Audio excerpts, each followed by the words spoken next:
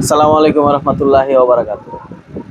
আসলে দর্শক, আমাদের মিডিয়া জগতের সিনেমা, যেটা হলে আগে চলতো সিনেমা কিংবা টেলিভিশনে দেখাইতো নাটক, এটা মোটামুটি 20 দিন যাবৎ কোনো জনপ্রিয় সিনেমা বা নাটক আসে না বা পাবলিক দেখেও না। এর ভিতরে একটা কারণ আমি বিশ্রায় বাইর করছি, কি জানেন? যে আমাদের দেশের রাজনৈতিক দলের নেতারা যে নাটক করে, শেখ হাসিনা থেকে শুরু করে এরা যে নাটক করে, এই নাটক দেখে তো মানুষ শেষ করতে পারে না। এই নাটকই তো হিট, এটাই তো ভাইরাল। তো অন্য নাটক সিনেমা মানুষ দেখবার টাইম মতো পায় না, তাহলে দেখবো কই থেকে? নাটক সিনেমাও হিট হয় না, তো দেখবো কই থেকে? এরা এটাই তো হিট।